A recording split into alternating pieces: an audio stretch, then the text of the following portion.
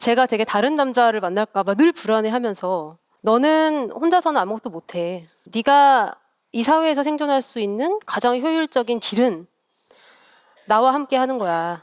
근데 저는 그 말을 계속 들으니까 어느 순간 정말 그런 것 같아라고 생각을 했어요. 지금 와서 생각을 해보면 어떤 그 남자친구의 규율 안에 갇혀져 있는 것이 내 삶의 하나의 관성으로 작용을 했구나. 이게 인간의 삶이나 인간의 정신이나 마음에도 똑같이 관성의 법칙이 적용될 수 있다.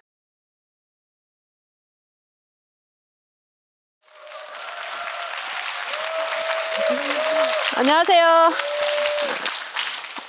김재혜 변호사입니다. 저를 TV에서 좀 보신 분들이 있을 것 같은데 많이들 보셨나요? 네.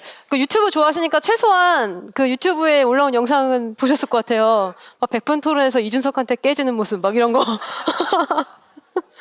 그러니까 한동안 2월 달부터 제 이름만 뜨면은 유튜브 조회수 막 100만 뷰가 막 돌파하고 막 이러는 거예요. 그리고 막 친구들이 막 위로의 문자를 보내요. 링크랑 같이. 야, 너 어떡하니? 막 이러는 거. 그리고 와, 사무장이 2월 달부터 변호사님 큰일 났습니다. 매출이 급감하고 있습니다. 막 이러면서 어쨌든 그러니까 제가 살아가는 방식이 어떤 사람들한테는 와, 쟤는 진짜 무슨 세렝게티 초원을 뛰어다니는 빨간색 사슴처럼 살고 있구나. 빨간색 사슴이면 너무 눈에 잘 띄잖아요. 그냥 바로 육식동물들이 고민할 필요 없이 잡아먹으면 되는 거죠. 근데 그래서 직업도 변호사고 그리고 막 이런 공적인 발음을 막 서슴지 않고 이러다 보니까 많은 사람들이 이제 김지혜라는 사람은 처음부터 저렇게 살았겠구나 이렇게 생각을 하시는 분들이 되게 많은 것 같아요. 제가 좀 고백하건데 사실 변호사라는 직업은 저희 아버지가 저한테 추천해준 직업이고요. 저는 법대를 들어가긴 했는데 진짜 공부하기가 너무 싫어서 막 도망을 다녔어요. 그래서 이제 사법시험 진짜 너무 하기 싫다. 왜냐, 저희 아버지가 10년 동안 사법시험 준비했다가 실패하는 모습을 저는 봤거든요. 근데 왜 자기가 못한 거 나보고 그래? 아니, 딱 봐도 너무 힘든데, 내가 꼭 저걸 해야 되는 거야? 막 이렇게 생각하면서 계속 회피를 했던 것 같아요. 네, 그래서, 근데 졸업할 때쯤 되니까, 와, 진짜 이거 할 게 없네. 왜냐면 성적도 당연히 법학 공부가 싫었으니까, 이제 1학년 때 학고 2번을 맞고, 이거 이거 잘리겠다 싶으니까 휴학하고, 이제 그러면서 도망 다닌 세월이 이제 몇 년 되다 보니까 학점도 막 바닥에다가 딱히 막 취업해서 좋은 데 갈 수 있을 것 같지도 않고 너무 자존감이 막 떨어지기 시작을 했습니다. 근데 이제 고등학교 졸업 이후로부터 저는 사실은 뭔가 이렇게 결정장애에 걸린 상태에서 이것도 안 하고 저것도 안 하고 그냥 그대로 머물러져 있는 그런 상태로 세월을 보내기 시작을 했는데 그게 약간 우리나라 공교육의 폐해가 아닌가 좀 이런 생각이 드는 거예요. 그러니까 공교육을 통해서 계속 타인으로부터 어떤 그런 규율을 받다 보니까 막상 내가 이렇게 자유를 찾았을 때는 뭘 해야 될지 너무나 막막한 겁니다. 그래서 아무것도 되고 싶은 것도 없고 뭘 해야겠다라는 생각도 전혀 없고 이제 그런 상태에 이제 이르게 되었는데 근데 그때쯤 남자친구를 한 명 만나요. 이 남자친구가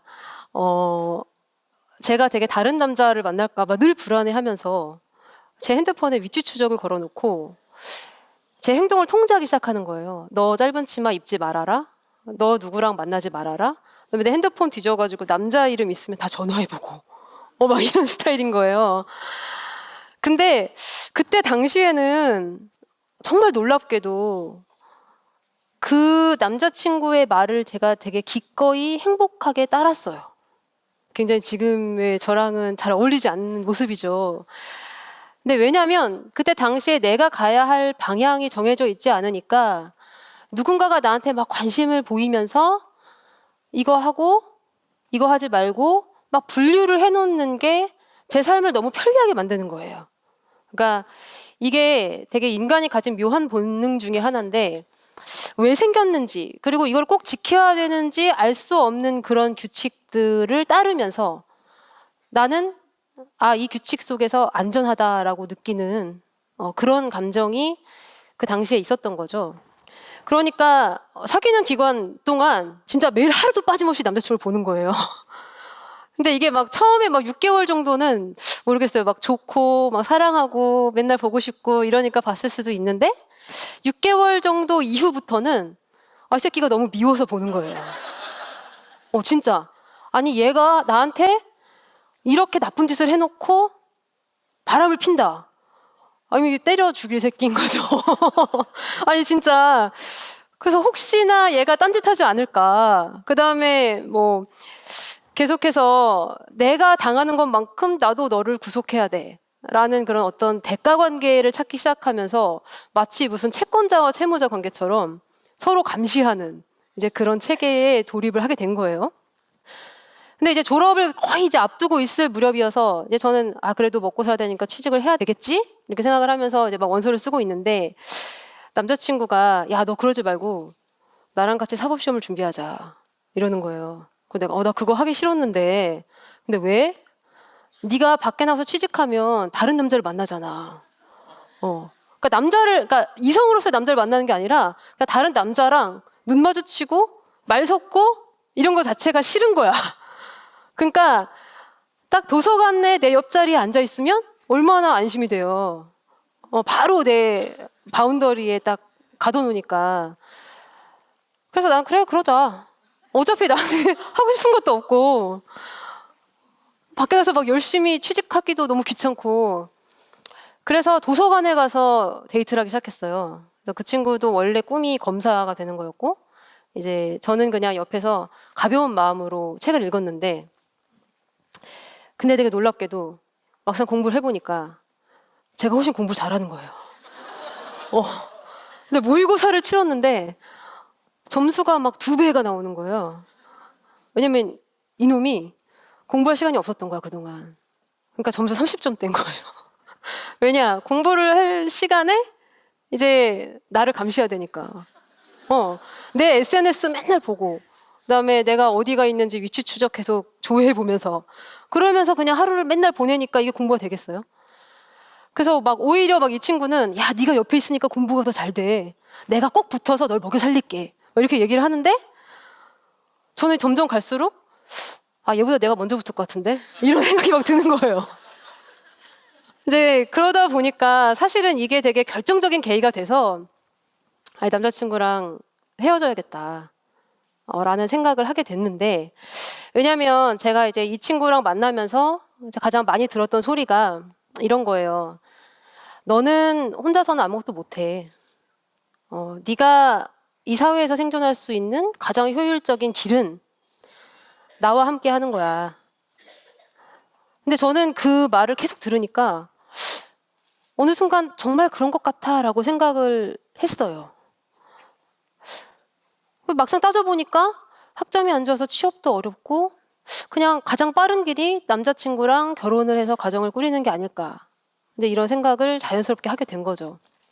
근데 사실 이런 생각을 하는 거는 제 나이 또래의 거의 많은 대다수의 어떤 여성들이 고민하고 있는 그런 부분 중에 하나가 아닐까 생각되고 저도 솔직히 굉장히 진지하게 그걸 고려했었고 지금 와서 생각을 해보면 어떤 그 남자친구의 규율 안에 갇혀져 있는 것이 내 삶의 하나의 관성으로 작용을 했구나. 제가 과학을 그렇게 좋아하지는 않지만 그 과학 시간에 관성의 법칙을 배우면서 이런 생각을 했어요. 이게 인간의 삶이나 인간의 정신이나 마음에도 똑같이 관성의 법칙이 적용될 수 있다. 그러니까 이게 그냥 이 상태를 유지하는 게 너무 편한 거예요.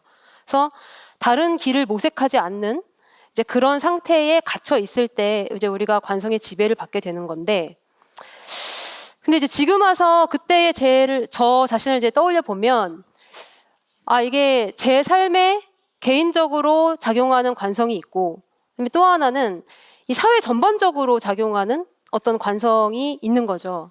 그래서 남자친구가 야, 네가 선택할 수 있는 가장 편한 삶은 나와 결혼해서 가정을 꾸리는 거야 라고 이야기를 했을 때 제 개인의 관성도 저에게 작용을 했고 그다음에 또 한편으로는 이 사회에 있는 성 역할이라는 관성도 작용을 한 거예요.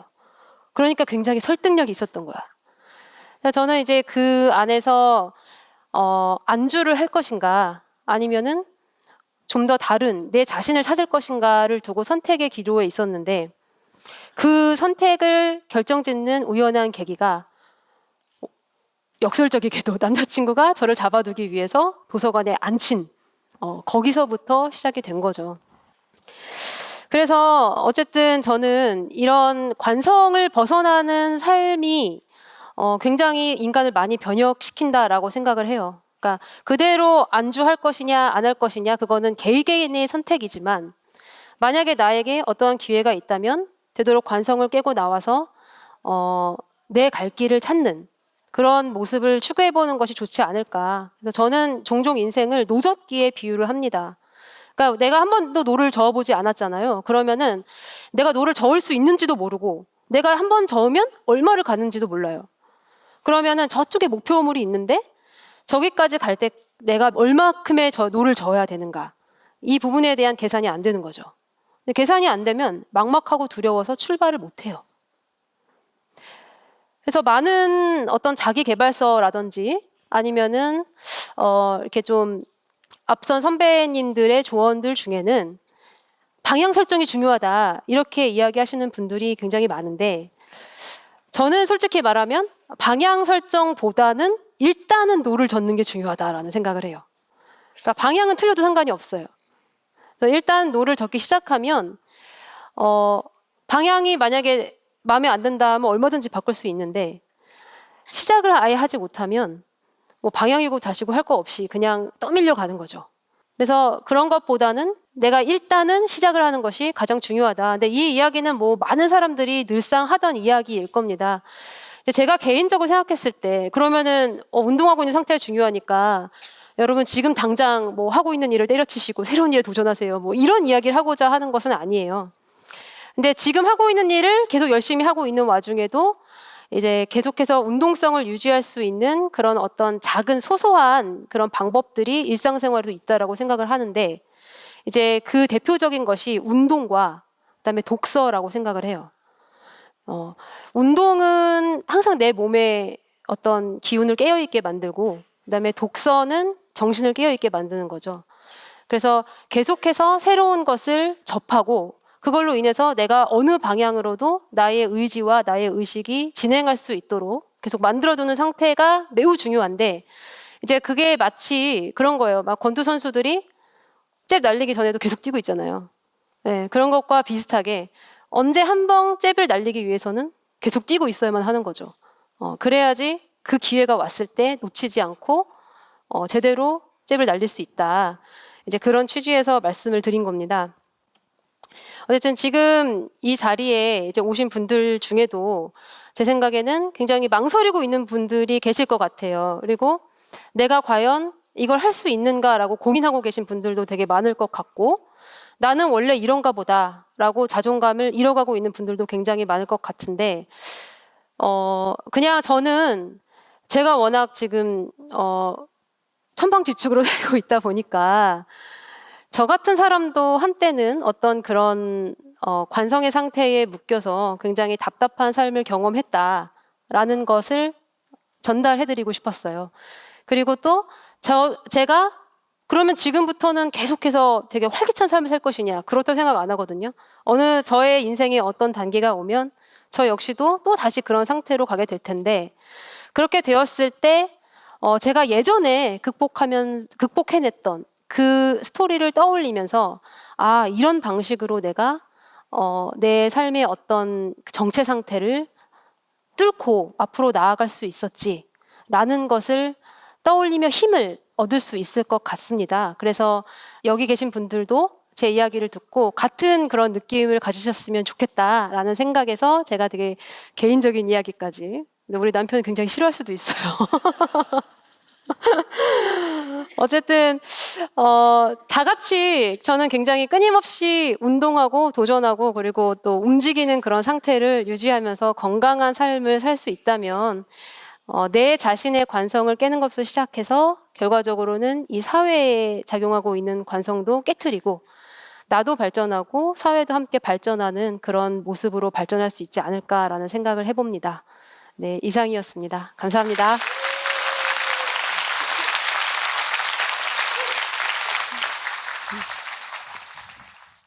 지식을 나누고 성장합니다. 경기도 지식캠퍼스.